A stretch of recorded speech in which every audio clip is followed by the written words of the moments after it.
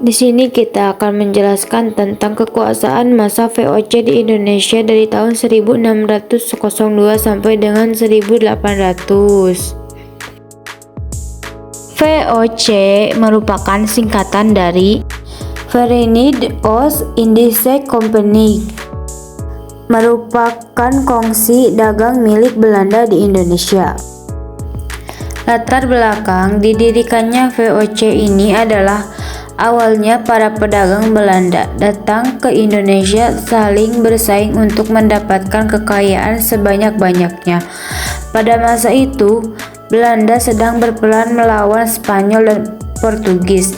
Akhirnya pemerintah Belanda mempunyai keinginan untuk menyatukan seluruh pedagang Belanda dalam satu kongsi yang nantinya dinamakan VOC secara resmi. VOC berdiri tanggal 20 Maret tahun 1602, berpusat pada Amsterdam atas prakarsa dari Prince Maurits. VOC ini dikelola oleh 17 pengurus pusat yang dinamakan Heren 17 atau Dewan 17. Tujuan dibentuknya VOC yang pertama adalah memonopoli perdagangan rempah-rempah di Indonesia. Yang kedua, memperkuat posisi Belanda dalam menghadapi persaingan bangsa lain yaitu Portugis, Spanyol, Inggris, dan lainnya. 3. Menghindari persaingan yang tidak sehat antar pedagang Belanda.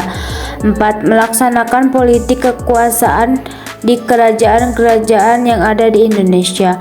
Pada awalnya, pembentukan VOC ini hanya mengurusi masalah ekonomi atau perdagangan saja, yaitu perdagangan Belanda di Indonesia. Namun pada kenyataannya VOC ini bertindak sebagai sebuah negara.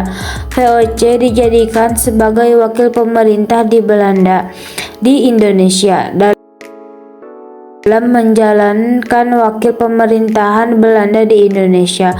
VOC memiliki hak istimewa atau keistimewaannya di mana akan hak oktroi atau hak istimewa VOC yang meliputi: yang pertama, mencetak dan mengedarkan mata uang sendiri. Yang kedua, mengadakan perjanjian pengumuman perang. Yang ketiga, memungut pajak. Yang keempat, memiliki angkatan perang sendiri. Yang kelima, mengangkat dan memberhentikan pegawai sendiri. Yang keenam adalah mempunyai hak untuk memonopoli perdagangan dalam waktu singkat.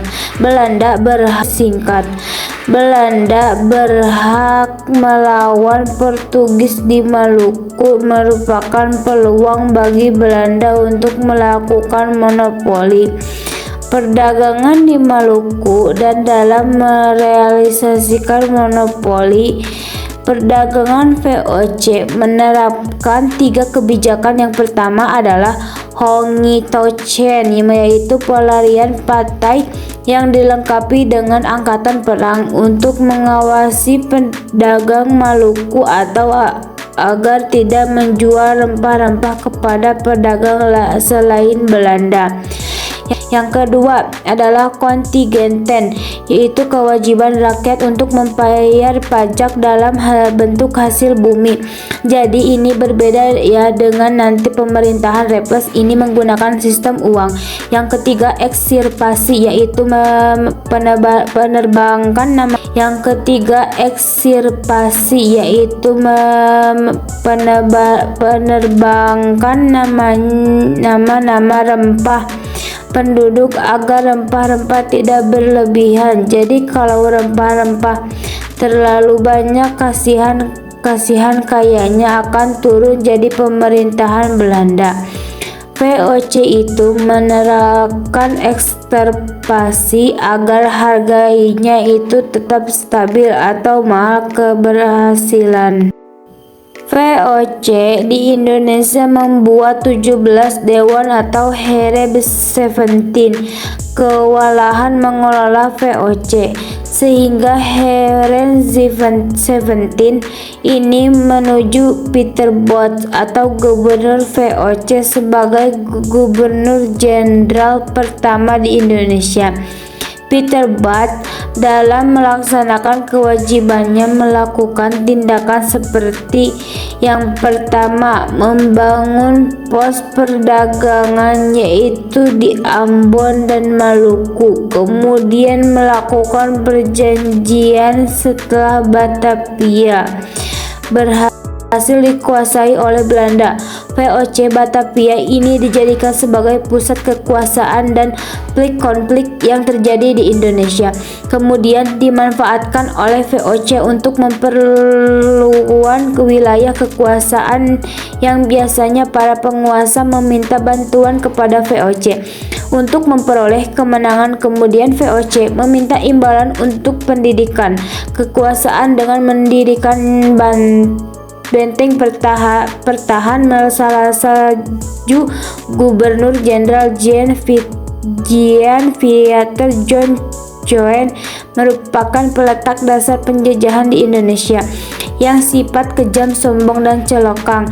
Pada masa kepemimpinan Jean Vicon ini, beliau berhasil mengusir Inggris dari Banten dan berhasil menguasai Jayakarta tahun 1906. Selama masa kekuasaan VOC di Indonesia, Boch berhasil mengalahkan kekuasaan Pribumi, yaitu dengan melaksanakan politik Divided Impera atau tipu muslihat pada tahun 1967. Belanda berhasil memaksa Sultan Hasanuddin, yaitu penguasa di Makassar yang dijuluki Ayam Jantan dari timur, karena keberaniannya melawan Belanda untuk menyerah dan mendatangi perjanjian Bongagaya yang artinya berisi tentang deklarasi kekalahan Makassar dan perjanjian monopoli di Makassar. Selain Sultan Hasanuddin, Raja Sulaiman merupakan penguasa terpaksa memberikan hak monopoli kepada VOC. Cara Fitch menjalankan kekuasaan di Indonesia dalam mengadakan kebijakan yang satu adalah menerapkan kontingen, yaitu kewajiban rakyat untuk membayar pajak dalam bentuk hasil bumi. Yang kedua adalah menerapkan nanti, yaitu kewajiban rakyat membayar pajak hasil bumi yang kekuasaan atau daerahnya tidak dikuasai oleh VOC. Kemudian Preanger Stelsel, yaitu kewajiban rakyat menanam kopi di daerah Priangan. Dan yang keempat adalah menjalani kerjasama dengan pemerintah kolonial keruntuhan VOC dimulai tanggal 24 Maret tahun 1749. Pada saat itu Belanda mengeluarkan Undang-Undang Dasar bahwa Raja William I sebagai pemimpin tertinggi di VOC dan pimpinan militer, sehingga keadaan inilah yang membuat Harem 17 harus mempertanggungjawabkan apa yang dilakukan VOC selama di Indonesia, sehingga para pemimpin VOC ini lebih dekat dengan raja dibandingkan dengan Dewan 17 atau Harem 17. Faktor penyebab keruntuhan VOC yang pertama adalah ketidakjujuran abadi VOC, karena kesetaraan abadi VOC tidak setara dengan gaji yang diterima. Yang kedua adalah korupsi dari semua tingkatan, dari tingkatan teratas pimpinan sampai dengan tingkatan yang bawah. Kemudian karena kemunduran dinas militer karena mutu pewira. Yang keempat adalah konfrontasi dengan Prancis pada tahun 1795. Prancis berhasil menguasai Belanda dan mendirikan Republik Batak pada tahun 1795 sampai dengan tahun 1806. Prancis dipimpin Monopolian Bonaparte pada saat itu. Kemudian karena faktor-faktor di atas tadi, akhirnya Verein Oost-Indisch Company dibubarkan pada tanggal 31 Desember tahun 1799.